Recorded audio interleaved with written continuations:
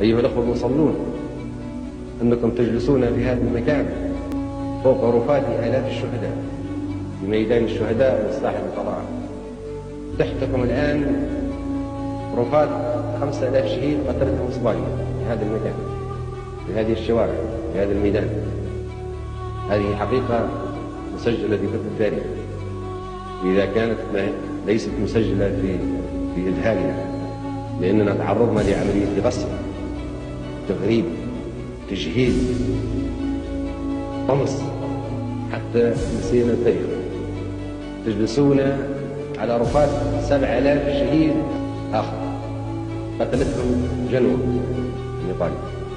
تجلسون على رفات آلاف الشهداء قتلتهم إيطاليا باستعمارها قبيل الحرب العالمية الأولى. كل حبة طرمت تجلسون عليها مروية بدم آلاف الشهداء من ابناء هذا البلد الأبي.